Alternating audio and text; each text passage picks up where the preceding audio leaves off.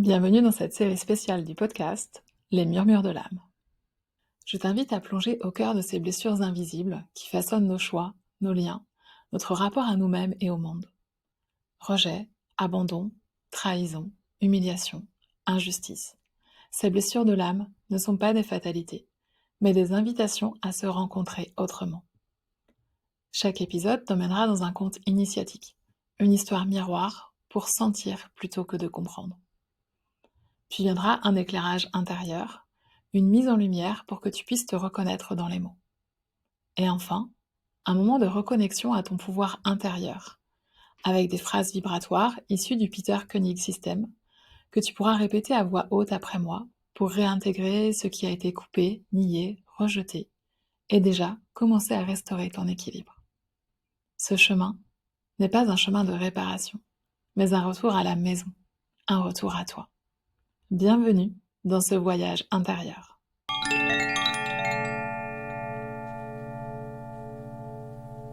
Aujourd'hui, on commence par celle qu'on nomme presque jamais, mais que l'on ressent si fort, la blessure de rejet. Je t'invite à te laisser traverser par l'histoire de cet homme né sur une île de cendres blanches. Un conte pour réveiller ta mémoire cellulaire, là où tu t'es peut-être rejeté pour ne plus jamais l'être par les autres. Un conte pour te rappeler que tu as ta place.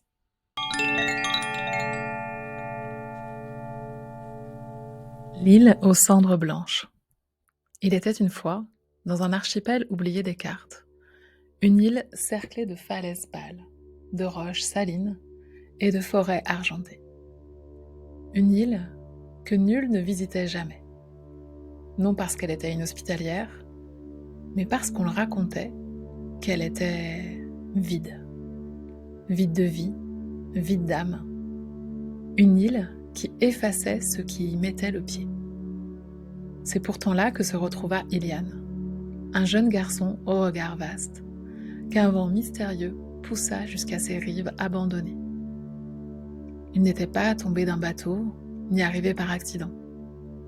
Il était venu de lui-même, comme appelé, fuyant un monde où il n'avait jamais trouvé sa place, où ses mots étaient souvent jugés trop étranges, son silence trop bruyant, sa présence dérangeante.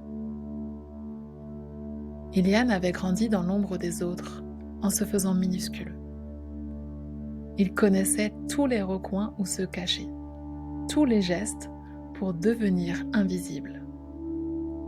Il savait comment s'effacer pour éviter les regards des autres, pour ne plus entendre « ce n'est pas le moment, mais tais-toi un peu, tu n'es pas comme les autres ». Quand ses pieds foulèrent les cendres blanches de l'île, le sol lui sembla aussi doux qu'un secret enfin accepté. L'air vibrait d'une étrange légèreté. Ici, il n'y avait plus besoin de se camoufler. Les jours passèrent.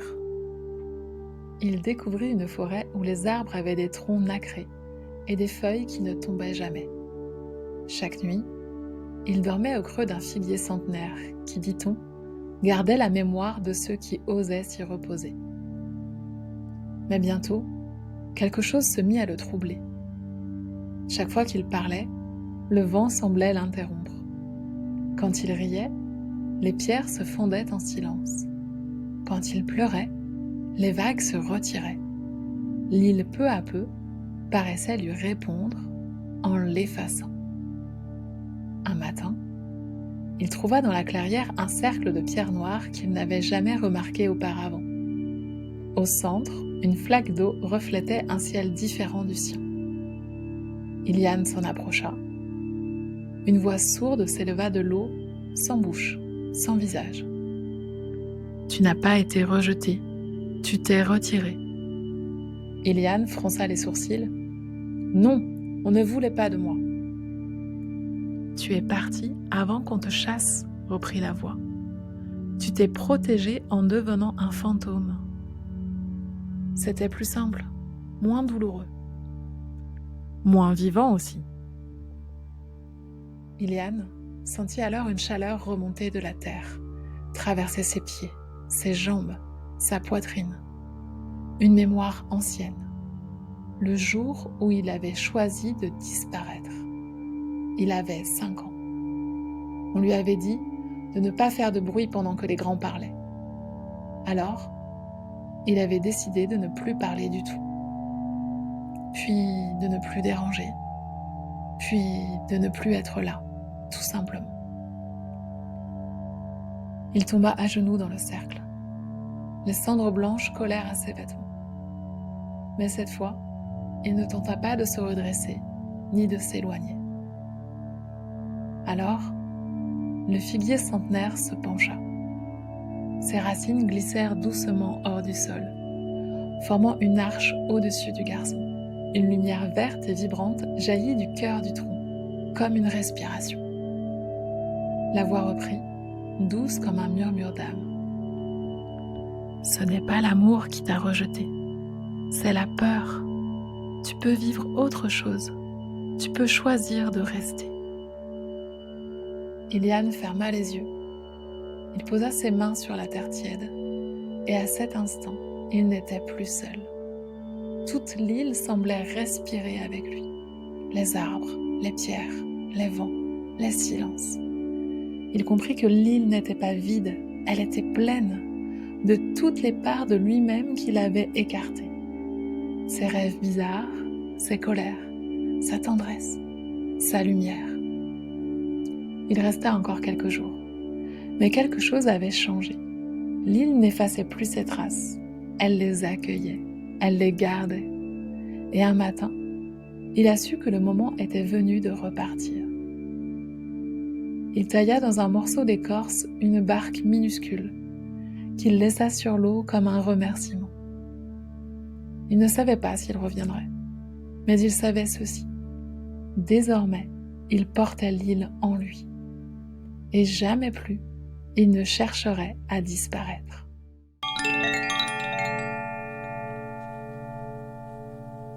Je te propose maintenant un éclairage intérieur sur la blessure de rejet. Tu l'as peut-être ressenti en écoutant l'histoire d'Ilian.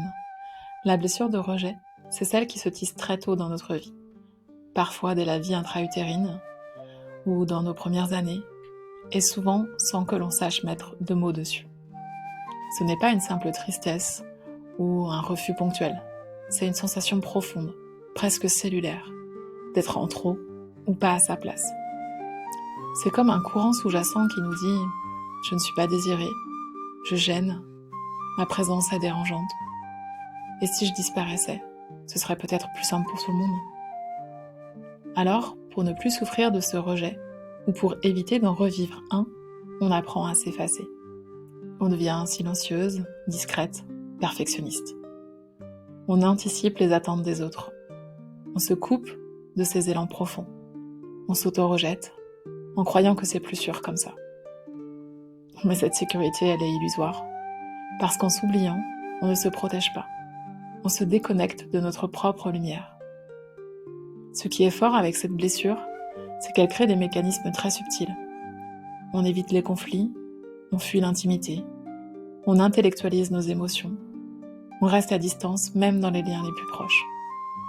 Et pourtant, cette blessure peut devenir une porte de transformation. Quand on commence à se choisir, à se reconnaître, à habiter vraiment notre corps, à dire « J'ai le droit d'exister, j'ai le droit d'être là, même si je suis différente, même si je perçois les choses autrement, même si je ne fais pas tout comme il faut. » Et alors quelque chose s'ouvre, et tu peux sentir cette lumière douce qui ne vient pas de ce que tu fais, ni de ce que tu prouves, mais simplement de qui tu es.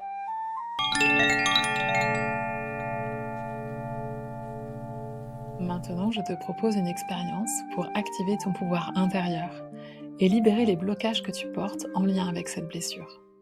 Le Peter Koenig System, ou PKS, est un outil qui invite à regarder en face nos parts d'ombre, celles que l'on voudrait rejeter ou cacher, et à les réintégrer plutôt que de les combattre. Ici, il ne s'agit pas de comprendre avec ta tête, mais de laisser ton corps faire l'expérience. Certaines phrases peuvent paraître paradoxales ou même dérangeantes. C'est normal. Elles viennent toucher des zones sensibles en toi. Laisse-la circuler sans chercher à analyser. Installe-toi confortablement, assise, les pliés bien posés au sol, les mains ouvertes, paumes tournées vers le ciel. Prends 3 grandes respirations profondes pour t'ancrer dans ton corps. Puis répète chaque phrase à voix haute après moi. Tu peux mettre en pause quand tu en ressens le besoin pour accueillir ce qui monte. Une émotion, une résistance, une détente. Tout est juste. Tu retrouveras également la liste complète des phrases en description pour les répéter à nouveau plus tard, à ton rythme. Respire et laisse-toi traverser. Je t'invite à fermer les yeux et à répéter après moi. Je suis rejetée et c'est pleinement OK.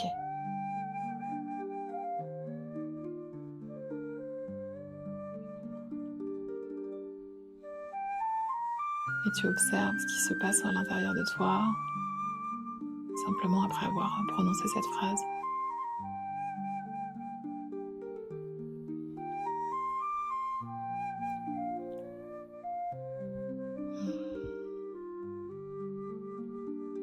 Et tu vas pouvoir prononcer « Je suis la reine des indésirables » et j'adore ça.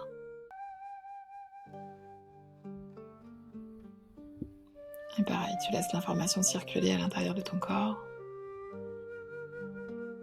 Tu observes, ça peut être très activant. Rappelle-toi que tu es en sécurité, que tout va bien. Tu peux interrompre l'expérience à tout moment. Et tu peux accueillir tout ce qui se vit là. Et même si tu ressens rien, sache qu'il se passe déjà des choses à l'intérieur de toi.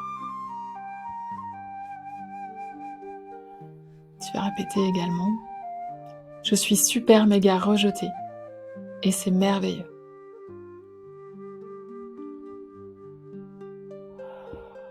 Parfait, tu laisses circuler.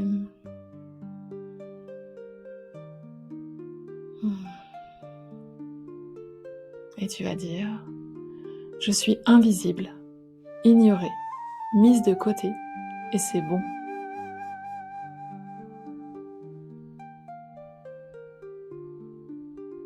Tu fais un super boulot.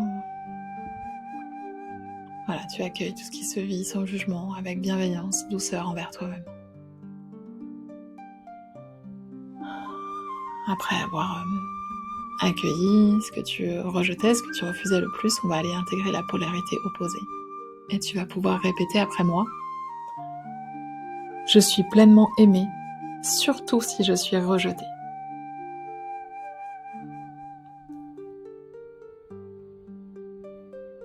Et pareil, tu observes ce qui se vit en toi. Est-ce que ça s'apaise un peu ou pas encore? Et c'est OK. Tout est juste. Et tu vas pouvoir répéter également « Je suis à ma place, avec et sans reconnaissance extérieure ». Prononce bien le « et », c'est « avec et sans ». Parfait. Laisse circuler l'information.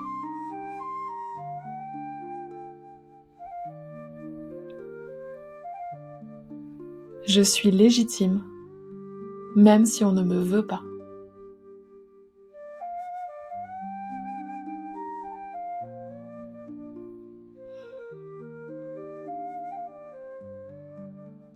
Voilà, respire.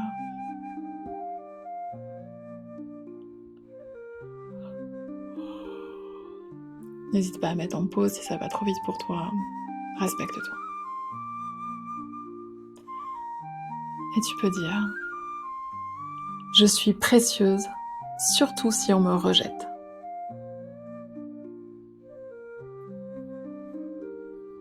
Je suis libre d'être moi, même si ça déplaît.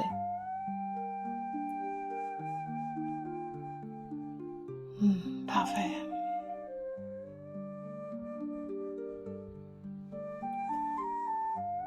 On va maintenant descendre un petit peu plus en profondeur pour revenir à toutes ces blessures de rejet qui se sont engrammées pendant ton enfance.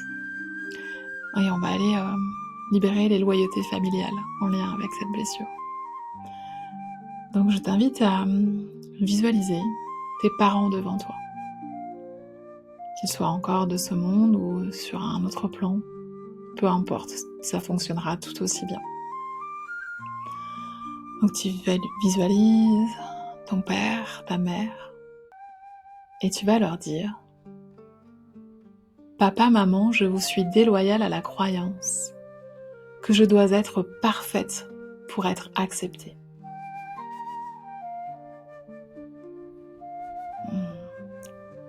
Je te la répète une fois. Papa, maman, je vous suis déloyale à la croyance que je dois être parfaite pour être acceptée.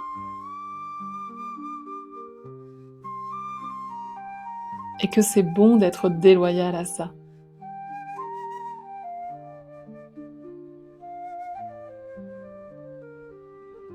Et tu observes toujours ce qui se vit en toi.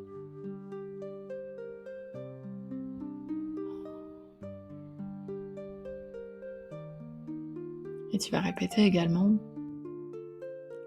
Papa, maman, je vous rends votre peur que le rejet fasse mourir. Ce n'est pas la mienne.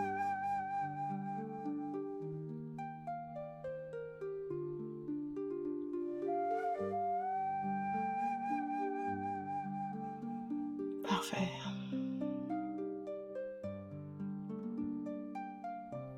Et tu vas encore prononcer: Papa, maman, je vous suis loyale, avec et sans avoir à me cacher.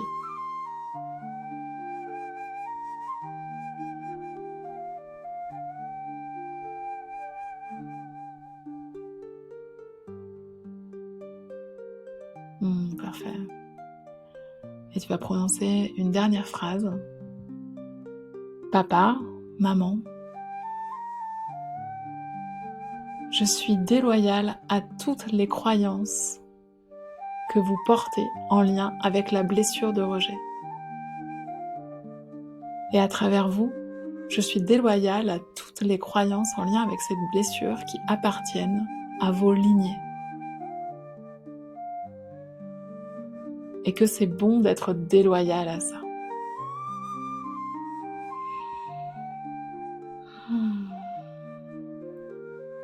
Parfait, tu observes ce qui se vit en toi. Tu viens de faire un super boulot. Tu peux respirer, rouvrir les yeux quand tu te sentiras prête.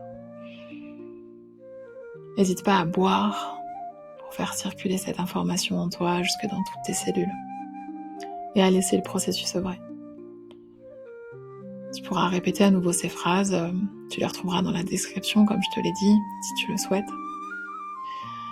Et tu trouveras également quelques questions introspectives que tu pourras te poser pour aller un peu plus loin. En te demandant, par exemple, quelle part de toi refuses-tu d'être par peur d'être rejeté ? Quelle version de toi as-tu appris à cacher pour être aimé ?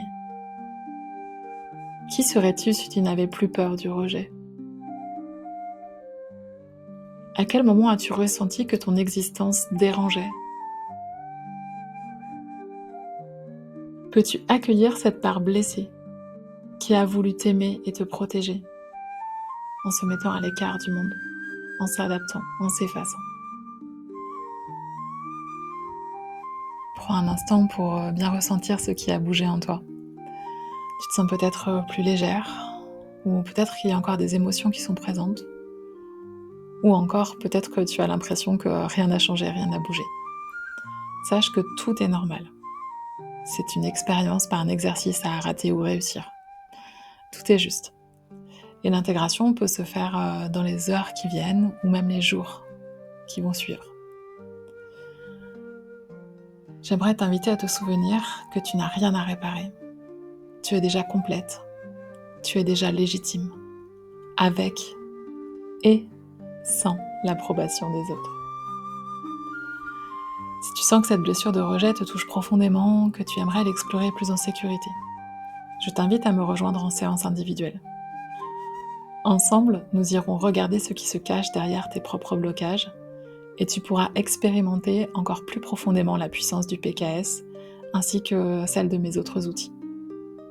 Pour réserver ta séance, il te suffit de cliquer sur le lien en description ou de m'envoyer un message tout simplement directement. Tu n'es pas seul sur ce chemin et tu peux trouver du soutien pour traverser tout cela.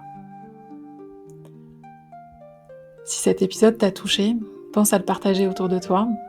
Peut-être qu'il sera la graine d'un soulagement pour une autre âme. À très bientôt pour la suite de cette série où nous explorerons une nouvelle blessure de l'âme.